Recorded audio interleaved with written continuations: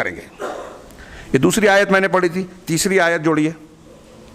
انسان کی پیدائش اور تخلیق کے مقصد کو جو قرآن بیان کرتا ہے, اللہ نے فرمایا سورہ ملک کی مشہور آیت, الذی خلق الموت والحیات لیبلوکم ایکم احسن عملا. اللہ ہی وہ ذات ہے جس نے موت کو اور حیات کو پیدا کیا.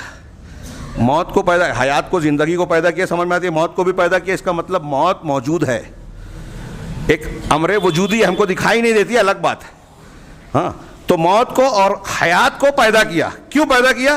لیبلوکم, تاکہ تم کو آزمائے, تاکہ تمہارا امتحان لے, ابتلا اور آزمائش کرے. ایکم احسن عملا, کس بات کا امتحان لے؟ کہ تم میں سے سب سے حسن, سب سے اچھے عمل والا کون ہے. یہاں غور کیجئے, بعض علماء نے تفسیر میں کہا, آج کل ہمارے یہاں لوگ بیان کرتے ہیں, ابھی ہم لوگ آ رہے تھے تذکرہ نکلا, فلاں بزرگ اتنی نماز پڑھتے تھے, ہاں اتنی رکعت پورے رات میں جو ہے 100 رکعت 1000 رکعت روز قرآن ختم کر لیتے تھے. یہ پسندیدہ نہیں ہے. اگر کسی نے کیا تو اس نے قرآن کے ساتھ جفا کی. 3 دن سے کم میں قرآن ختم کرنے سے اللہ کے رسول نے منع کیا. تو اللہ, بعض علماء نے یہاں کہا کہ اللہ نے یہ نہیں کہا کہ تاکہ تم کو آزمائے کہ تم میں زیادہ عمل کون کرتا ہے, زیادہ عمل کون کرتا ہے, یہ نہیں, جو اچھا عمل کرنے والا ہے. اب اچھا عمل کرنے والا کون ہے؟ پہلی چیز اس میں اللہ کے یہاں جو عمل قبول ہونے والا ہے, نیک عمل ہے.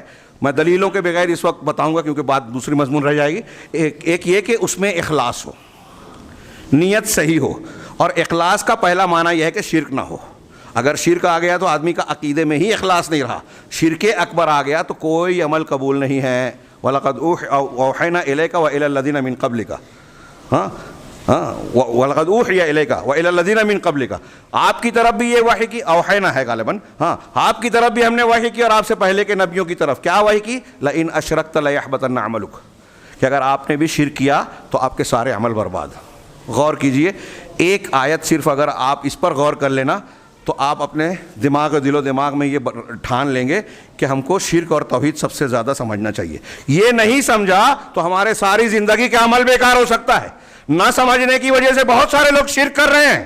ایک طرف تہجد, فضائل پر عمل, دین کا جھنڈا اٹھا کر دینی تعلیم کو اور حکومت کو قائم کرنے کا نعرہ, اور نہ جانے کیا کیا کرتے ہیں, لیکن توحید اور شرک سمجھے ہی نہیں ہے. تو لیبلوکم ایکم احسن عملا میں پہلی شرط یہ ہے کہ اخلاص ہو. ریاکاری بھی آ گئی تو عمل برباد. ریاکاری جس عمل میں آئے گا وہ عمل برباد ہوگا. شرک اکبر اگر آ گیا تو پورے اعمال برباد ہو جائیں گے. زندگی بھر کسی دن تہجد نہ چھوٹی ہو, کوئی فائدہ نہیں اگر شرک اکبر ہے. یہ پہلی شرط. دوسری شرط کہ وہ عمل, اچھا عمل اللہ کے یہاں وہ ہوگا جو محمد الرسول اللہ صلی اللہ علیہ وسلم کی سنت کے مطابق ہوگا, آپ کی اتباع اور مطابعت کے ساتھ کیا جائے. من عمل عملا لیس علیہ امرنا فہو رد. اس کی اور بھی بہت سی دلیلیں ہیں جس پر ہمارا حکم نہیں ہے. اگر ایسا کوئی عمل کرتا ہے, شب برات 15 شعبان نام دے کے آپ رات بھر عبادت کر رہے ہیں, اللہ کے رسول کا حکم نہیں ہے.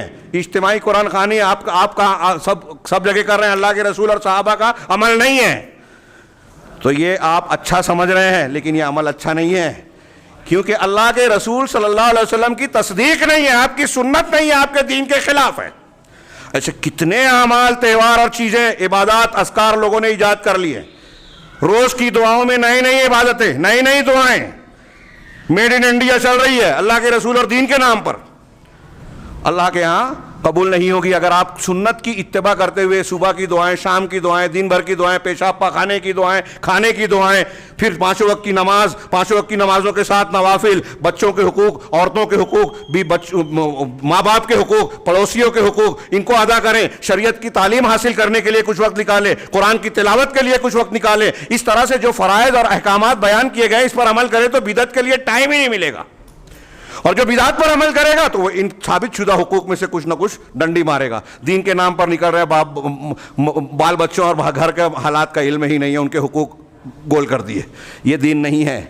نبی صلی اللہ علیہ وسلم نے کہا میں سوتا بھی ہوں اور نماز بھی پڑھتا ہوں رات میں جاگ کے. بیویوں سے شادی کی ہے, ان کا بھی حقوق ادا کرتا ہوں. ہاں, 3 صحابہ سے جواب دیا تھا نا. ایک نے کہا تھا میں رات بھر سوؤں گا نہیں, میں ہمیشہ روزہ رکھوں گا, میں شادی نہیں کروں گا.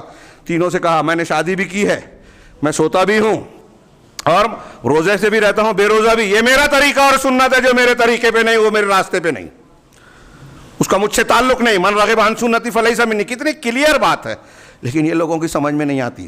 تو تیسری آیت، تاکہ اللہ تم کو آزمائے کہ بہتر عمل والا کون ہے، اچھے عمل والا کون ہے۔ اب ان تینوں آیتوں کو ملائیے کہ ہم اللہ کو پہچانیں اور صرف اسی کی عبادت کریں۔ دنیا میں بہت سے مذاہب ہیں، مسلمانوں میں بہت سے فرقے ہیں، انہوں نے عبادت کے اور زندگی کے اس مقصد اور مطلب کو سمجھا ہی نہیں ہے۔ ایک طرف زبان سے چاہے وہ کہتے ہوں، لیکن ان کی علم میں، ان کی معلومات میں فرق ہے۔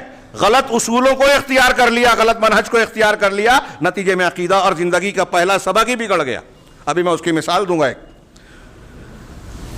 تو اللہ تعالیٰ نے ہم کو پیدا کیا تاکہ ہم اسی کی عبادت کریں، یہ بنیادی بات ہے کہ توحید پر رہیں، اور توحید پر جب ہم رہیں گے تو بہتر عمل والے رہیں گے۔ یہ دونوں لازم و ملزوم ہیں۔ ایک آدمی کے اندر اگر توحید نہیں ہے تو آپ کو کتنا بھی اچھا نیک دکھ رہا ہے، ہاں، کتنا بھی فضائل پر عمل کر رہا ہے، ہاتھ سے تسبیح چھوٹتی ہی نہیں ہے، تہجد کبھی ترک نہیں کرتا، لیکن اگر توحید نہیں ہے تو وہ اچھا آدمی نہیں ہو سکتا۔ لکھ لیجئے، دیکھ لیجئے اس کے معاملات میں گڑبڑ ملے گی۔ بھائی کا حق، بہن کا حق، اس کا حق، اس کا حق مار کر رکھا ہے، اور اس خوش فہمی میں ہے کہ 2 رکعت پڑھوں گا، فلاں فضیلت پہ عمل کروں گا، فرشتے میری مغفرت کی دعا کر لیں گے، سب صاف ہو جائے گا۔ غلط دین کو یہ بنا کر رکھا ہے۔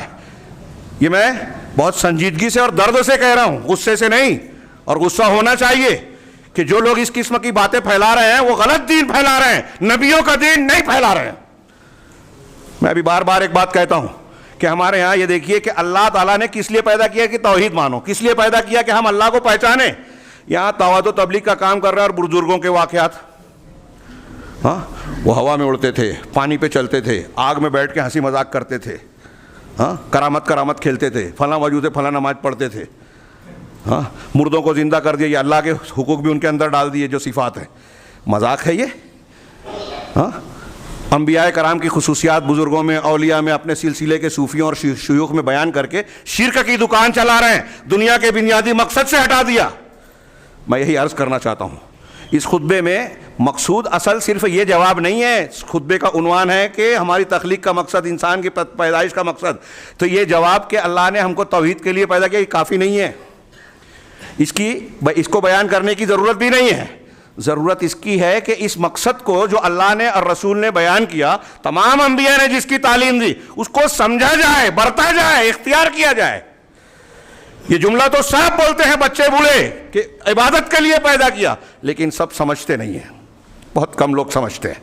میں وہی عرض کرنا چاہتا ہوں۔ 3 آیتیں میں نے بتائی، اب ان سب چیزوں کو جوڑیے۔ اللہ کی عبادت، عاجزی، تذلل، ہاں، اس کو اختیار کرنا، جھک جانا۔ بتائیے